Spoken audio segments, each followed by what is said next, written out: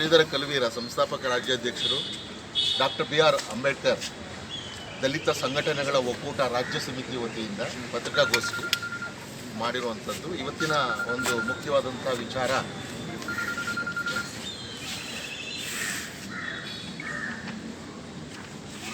ಎರಡು 2019-2020 ಸಾಲಿನಲ್ಲಿ ಕರ್ನಾಟಕ ರಾಜ್ಯ ಸರ್ಕಾರದ ಅಧೀನದಲ್ಲಿರುವಂತಹ ಕರ್ನಾಟಕ ಕೃಷಿ ಮಾರುಕಟ್ಟೆ ಮಹಾಮಂಡಳಿ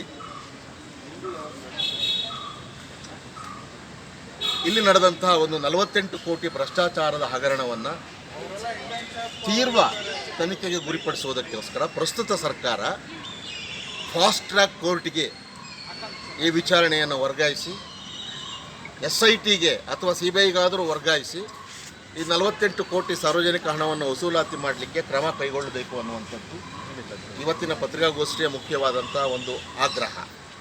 ಈ ಒಂದು ಹಗರಣ ಸದರಿ ಮಂಡಳಿಯಲ್ಲಿ ನಡೆದಂಥ ಒಂದು ಹಗರಣ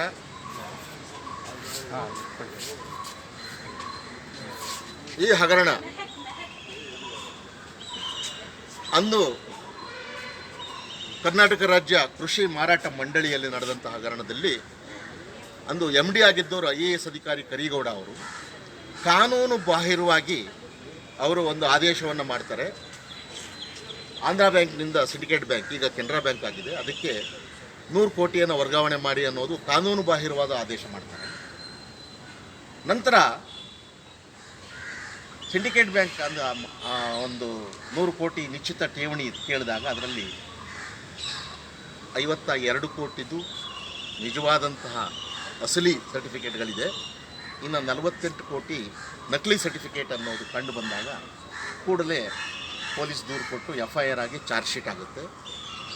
ಕೆಲವು ಸಣ್ಣ ಪುಟ್ಟ ಬ್ಯಾಂಕ್ ಅಧಿಕಾರಿಗಳು ಮಂಡಳಿಯ ಅಧಿಕಾರಿಗಳನ್ನು ಕಾನೂನು ಕ್ರಮ ಬಂಧಿಸೋದು ಅಂತ ಮಾಡಿ ನಮ್ಮ ಇವತ್ತಿನ ಪತ್ರಿಕಾಗೋಷ್ಠಿಯಲ್ಲಿ ನಾವು ಆಗ್ರಹ ಮಾಡ್ತಾ ಇರೋದು, ಯಾವ ವಾಲ್ಮೀಕಿ ಮಂಡಳಿಯಲ್ಲಿ ಇವತ್ತು ನಡೆದಂಥ ಹಗರಣದಲ್ಲಿ MD ಅರೆಸ್ಟ್ ಆಗಿದ್ದಾರೆ, ಉಸ್ತುವಾರಿ ಮಂತ್ರಿ ನಾಗೇಂದ್ರ ರಾಜೀನಾಮೆ ಕೊಟ್ಟಿದ್ದಾರೆ.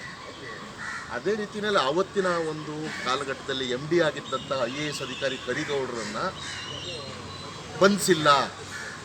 ಅವರು ಉದ್ದೇಶಪೂರ್ವಕವಾಗಿ ಸಿಂಡಿಕೇಟ್ ಬ್ಯಾಂಕಿಗೆ ವರ್ಗಾಯಿಸಿದ್ದಾರೆ. ಯಾಕೆಂದರೆ ಸಿಂಡಿಕೇಟ್ ಬ್ಯಾಂಕ್ ಮತ್ತು ಕರಿಗೌಡ ಇಬ್ಬರೂ ಕೂಡ ಹ್ಯಾಂಡ್ ಇನ್ ಹ್ಯಾಂಡ್ ಕೊಲ್ಯೂಡ್ ಆಗಿ 48 ಕೋಟಿ ಲೂಟಿ ಮಾಡಿದ್ದಾರೆ. ಅದರಿಂದ ಕರಿಗೌಡರನ್ನು ಬಂಧಿಸಿದರೆ ಎಲ್ಲ 48 ಕೋಟಿ ಹಣವನ್ನು ನುಂಗಿರುವವರು ಎಲ್ಲರೂ ಕೂಡ ಹೊರಗಡೆ ಬರ್ತಾರೆ. ಇದನ್ನು ಇವತ್ತಿನ ಸರ್ಕಾರ ನಾವು ಮಾನ್ಯ ಮುಖ್ಯಮಂತ್ರಿ ಸಿದ್ದರಾಮಯ್ಯನವರಿಗೆ ಭ್ರಷ್ಟಾಚಾರದ ಹಗರಣದಲ್ಲಿ ಕೊಲೆಯ ಒಂದು ಪ್ರಕರಣಗಳಲ್ಲಿ ನಿರ್ದಾಕ್ಷಿಣ್ಯವಾದ ಕ್ರಮಗಳನ್ನು ಏನು ತಗೊಳ್ತಾ ಇದ್ದಾರೆ ಈ ಪ್ರಸ್ತುತ ಸರ್ಕಾರ, ಈ ವಿಚಾರದಲ್ಲೂ ಕೂಡ ಇದು ಯಾವ ಸರ್ಕಾರ ಅನ್ನೋದನ್ನು ಗಮನಿಸಬೇಡಿ. ಅದು ನಿಮ್ಮ ಪಕ್ಷ ಇರ್ಬೋದು ಅಥವಾ ಬೇರೆ ಪಕ್ಷ ಇರ್ಬೋದು, ಕಾನೂನು ಕ್ರಮ ಕೈಗೊಳ್ಳಿ. ಇನ್ನೊಂದು, ಅಂದಿನ ಸಹಕಾರಿ ಸಚಿವರು ಬಸವರಾಜ ಬೊಮ್ಮಾಯಿ ಅವರನ್ನು ವಿಚಾರಣೆಗೆ ಗುರಿಪಡಿಸಿ 48 ಕೋಟಿ ತಿಂದಿರೋರು ಎಲ್ಲರೂ ಹೊರಗಡೆ ಬರ್ತಾರೆ. ಇವತ್ತು ಹಾವೇರಿ ಸಂಸದರಾಗಿರ್ಬೋದು. ನೈತಿಕ ಹೊಣೆ ಸಹಕಾರ ಸಚಿವರು ಅವತ್ತಿನ ಬಸವರಾಜ ಬೊಮ್ಮಾಯಿಯವರನ್ನು ಕೂಡ ವಿಚಾರಣೆಗೆ ಗುರಿಪಡಿಸಿ. ಕಾರಣ ಇಷ್ಟೇ, ಇದು ವಿಚ್ ಹಂಟಿಂಗ್ ಅಲ್ಲ, this is not which hunting. Definitely not 48 ಕೋಟಿ ವಸೂಲಿ ಮಾಡಲಿಕ್ಕೋಸ್ಕರ ಈ ಕ್ರಮ ಕೈಗೊಳ್ಳಿ ಅನ್ನುವಂಥದ್ದು ನಮ್ಮ ಒಂದು ಆಗ್ರಹ. ರಾಜಗೋಪಾಲ್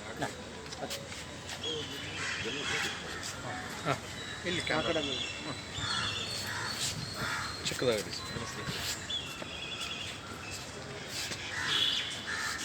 ನಮ್ಮ ಒತ್ತಾಯ ಏನಪ್ಪ ಅಂತ ಹೇಳಿದ್ರೆ, ಈ ಒಂದು ಪ್ರಕರಣ ಏನಿದೆ 2019-20 ಆಗಿರೋದು, ಮೊದಲನೇದಾಗಿ ಫಾಸ್ಟ್ ಟ್ರ್ಯಾಕ್ಗೆ ಕೋರ್ಟ್ಗೆ ಹೋಗಬೇಕು. ಎರಡನೇದಾಗಿ SIT ಅಥವಾ CBI ತನಿಖೆ ಆಗಲಿ, ಅನ್ಯಾಯ ಯಾರು ಮಾಡಿದ್ದಾರೆ ಅದನ್ನು ಗೊತ್ತಾಗಲಿ. ಯಾಕಂತ ಹೇಳಿದ್ರೆ ಈಗ ನಿಗಮ ಮಂಡಳಿಗಳಲ್ಲಿ ಆಗಿದೆ ಅಂತ ಇಲ್ಲಿ ಇದನ್ನು ಫೋರ್ಸ್ ಮಾಡ್ತಾ ಇದ್ದಾರಲ್ಲ, ಅದೇ ರೀತಿ ನಾವು ಕರ್ನಾಟಕದಲ್ಲಿ ಸಾಕ್ಷಿ ಪ್ರಜ್ಞೆಯಾಗಿ ಪ್ರತಿಯೊಂದು ಹೋರಾಟಗಳಲ್ಲಿ ನಾವು ಇದ್ದೀವಿ. ಕಳೆದ 20 ವರ್ಷದಿಂದ ನಾವು ನೋಡ್ಕೊಂತ ಬಂದಿದ್ದೀವಿ. ಕೆಲವೊಂದು ವಿಷಯಗಳು ಹಂಗೆ ಮುಚ್ಚುತ್ತಾ ಇದ್ದಾರೆ. ಯಾಕೆ ಇದನ್ನು ಮುಚ್ಚಿದ್ದಾರೆ? ಈ ವಿಷಯವನ್ನು 100 ಕೋಟಿ ಒಂದು ಬ್ಯಾಂಕಿಂದ ಇನ್ನೊಂದು ಬ್ಯಾಂಕಿಗೆ ವರ್ಗಾವಣೆ ಆಗುತ್ತೆ, ಅಲ್ಲಿ 48 ಕೋಟಿ ವರ್ಗಾವಣೆ ಆಗೋದೇ ಇಲ್ಲ, ಬ್ಯಾಂಕಿಗೆ ಹೋಗೋದೇ ಇಲ್ಲ. ಇದನ್ನು ಹಂಗೆ ಮುಚ್ಚಿಬಿಡ್ತಾರೆ.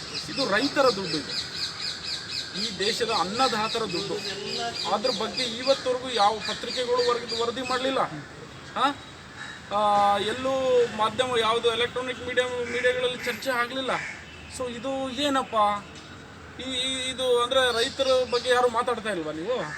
ಈಗ ಬಿ ಜೆ ಪಿಯವ್ರಿಗೆ ಎದ್ದು ಕೂತಿದ್ದೀರಲ್ಲ, ನೀವು ನಿಮ್ಮ ಟೈಮಲ್ಲೂ ಆಗಿದೆಯಲ್ಲ, ನೀವು ಮಾತಾಡಿ.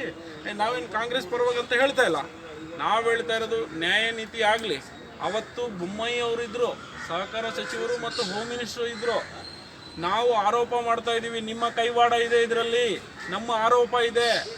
ಮತ್ತು IAS ಆಫೀಸರ್ ಕರಿಗೌಡ ಇದ್ದಾರೆ. ಕೇವಲ ಕೆಳ ಹಂತದವ್ರನ್ನ ಮಾತ್ರ SDA-FDಗಳು ಮಾಡೋಕ್ಕಾಗುತ್ತಾ? 100 ಕೋಟಿ ರೂಪಾಯಿ ವರ್ಗಾವಣೆ ಮಾಡೋಕ್ಕಾಗುತ್ತಾ? ಸಿಗ್ನೇಚರ್ ಯಾರ್ದು ಬೇಕಾಗುತ್ತೆ? ಒಂದು ಮಿನಿಸ್ಟರ್ ಆದೇಶ ಇಲ್ಲದೆ, ಒಬ್ಬ IAS ಆಫೀಸರ್ ಇಲ್ಲದೆ ದುಡ್ಡು ಹಣ ವರ್ಗಾವಣೆ ಆಗುತ್ತಾ? ಮತ್ತು ಇವತ್ತು ಯಾಕೆ ನೀವು ಅವರನ್ನು ಅರೆಸ್ಟ್ ಮಾಡಿಲ್ಲ? ಸರ್ಕಾರ ನೀವು ಜೀವಂತ ಇದ್ದರೆ, ಕಾಂಗ್ರೆಸ್ ಸರ್ಕಾರದವ್ರು ನೀವು ಜೀವಂತ ಇದ್ದರೆ, ಬದುಕಿದ್ರೆ, ಸಿದ್ದರಾಮಯ್ಯ ಅವರೇ ನೀವು ಇವ್ರ ಮೇಲೆ ತನಿಖೆ ಮಾಡಿ.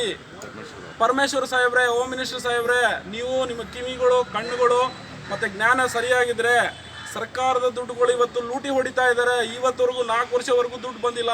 ರೈತರು ಒದ್ದಾಡ್ತಾ ಇದ್ದಾರೆ.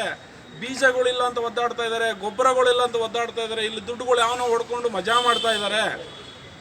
ಇದನ್ನು ನೀವು ತನಿಖೆ ಆಗಲಿ ಅಂತ ಹೇಳ್ಬಿಟ್ಟು ಭೀಮ್ ಆರ್ಮಿ ಸಂಘಟನೆ ನಂದು, ಜೊತೆಗೆ ನಾವೆಲ್ಲ ಒಕ್ಕೂಟದಲ್ಲಿದ್ದೀವಿ. ಡಾಕ್ಟರ್ BR ಅಂಬೇಡ್ಕರ್ ದಲಿತ ಸಂಘಟನೆಗಳ ಒಕ್ಕೂಟದ ವತಿಯಿಂದ ನಾವೆಲ್ಲ ಒತ್ತಾಯ ಮಾಡ್ತೀವಿ. ಮುಂದಿನ ದಿನಗಳಲ್ಲಿ ಅವಶ್ಯಕತೆ ಬಿದ್ದರೆ ಹೋರಾಟ ಮಾಡ್ತೀವಿ.